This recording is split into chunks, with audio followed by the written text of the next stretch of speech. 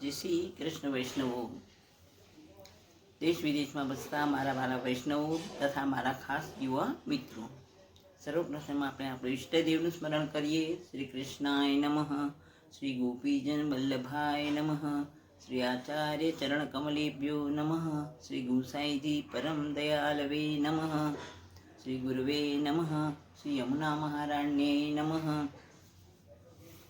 હવે વૈષ્ણવો, આપણા સિદ્ધાંત રહસ્યના આપણે 7 શ્લોક પૂર્ણ કરેલ છે. હવે આજે આપણો છેલ્લો શ્લોક છે, 8મો શ્લોક છે. તો જોઈએ. ગંગા ત્વં સર્વદોષાણામ ગુણદોષાદિવર્જના, ગંગા ત્વેન નિરૂપ્યા સ્યાત્ તદ્વદત્રાપી ચૈવહિ. ગંગાત્મં સર્વદોષાણામ ગુણદોષાદિવર્ણના, ગંગાત્વેન નિરૂપ્યા તદ્વદત્રાચી ચૈવહિ. ગંગાત્વમ સર્વદોષાણામ. હવે આમાં ઉદાહરણ બહુ સરસ આપેલું છે આમાં પ્રભુએ, કે ગંગાત્વમ જેવી રીતે ગંગા નદીમાં શું છે કે ગંગા નદીમાં બધું ગટરનું પાણી, ગંદકીનું પાણી, નાલીનું, આપણા લેટ્રિન, બાથરૂમ, ગમે તે કહીએ, ગંદકીનું બધું પાણી ગંગાજીમાં ભળે છે. પણ ગંગાજી આપણા એટલા પવિત્ર છે કે એમાં એ પાણી ભળ્યા પછી એ પાણી અશુદ્ધ રહેતું નથી. તે પાણીમાં તેના બધા દોષ નષ્ટ થઈ જાય છે અને તે પાણી પીવા યોગ્ય, આપણા આચમન કરવા યોગ્ય છે. આપણે સ્નાન પણ કરીએ છીએ તે જે પ્રમાણે પવિત્ર થઈ જાય છે અશુદ્ધ પાણી, તેવી રીતે જો તમે પ્રભુને તમારું સર્વ સમર્પિત કરી દો, અહમ તવાસ્મી, હું તમારું જ છું, તમે મારા જ છો, એવી રીતે તમે જો બધું પ્રભુને અર્પણ કરી દો અને પ્રભુમાં સમાહિત થઈ જાઓ, તો ખરેખર આપણા ગુણ દોષ એ બધું પ્રભુને સમર્પિત કર્યા પછી, પ્રભુને બ્રહ્મ સંબંધ લીધા પછી, નિવેદન કર્યા પછી પ્રભુ આપણા ગુણ દોષ સહિત આપણો સ્વીકાર કરે છે.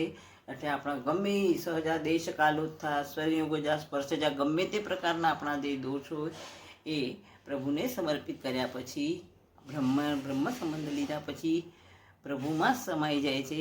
એટલે આપણા ગુણ દોષ કાંઈ અલગ રહેતા નથી અને આપણે પણ પ્રભુમય થઈ જઈએ છીએ. આપણને આપણું અસ્તિત્વ ખબર નથી પડતું. આપણે જે ભટકતા જીવ હતા તે પ્રભુમાં લીન થઈ જઈએ છીએ. એનું અનુભવ જેવી રીતે ગંગાજીમાં ગમે એવું ગંદકી બી જે ગઈ હોય ગંગાજીમાં ભળ્યા પછી પવિત્ર થાય છે, એવા આપણે પણ દોષથી યુક્ત આપણે માનવ પ્રાણી છીએ, પાપી છીએ, પણ પ્રભુમાં નિર્દોષ એવા પ્રભુમાં આપણે સમાઈ ગયા તો આપણું પણ કોઈ ગુણ દોષ અલગ રહેતા નથી. આપણે પણ પ્રભુમય થઈ જઈએ છીએ. જો ગંગાત્મમ સર્વદોષાણામ ગુણદોષાદિવર્ણના, જેમ ગંગામાં ગંગાત્મમ સર્વદોષા બધા દોષો ગંગાત્મમ ગંગાજી જેવા સ્વરૂપ ગંગાજી થઈ જાય છે, ગુણ દોષ આદિ બધા, તેવી રીતે ગંગાત્વેન નિરૂપ્યાસા તદ્વદત્રાપી ચૈવતે. ગંગાત્વ બધાને ગંગાજળ જ કહેવામાં આવે છે.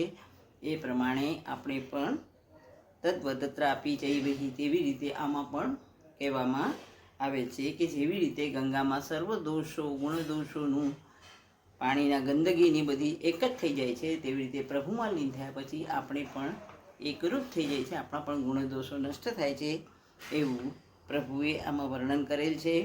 તો આ આપણા શ્રીમદ વલ્લભાચાર્ય બીજ સિદ્ધાંત રહસ્ય અહીંયા આપણું સંપૂર્ણ થયેલ છે.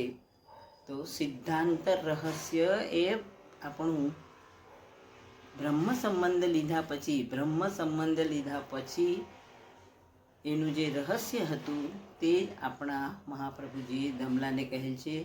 તેનું વિવેચન આપણે જોયું. તો ખરેખર બ્રહ્મ સંબંધ લીધા પછી આપણા બધા દોષો નષ્ટ થાય છે, એ આમાં મુખ્ય કહેલું છે. તો વૈષ્ણવો, આજે આપણું સિદ્ધાંત રહસ્ય અહીંયા પૂર્ણ થયેલ છે. હવે આપણે આગળ આપણો હજી નિત્ય નિયમના શ્લોકમાં જે 2-3 પાર્ટ બાકી છે તે આપણે હજી લેશું. અને એ સિવાય આમાં કાંઈ મારી ભૂલચૂક થઈ ગઈ હોય તો મારા વૈષ્ણવો, મારા વડીલો, ગુરુજી મને ક્ષમા કરશે એવી પ્રાર્થના કરું છું. જય શ્રી કૃષ્ણ વૈષ્ણવો.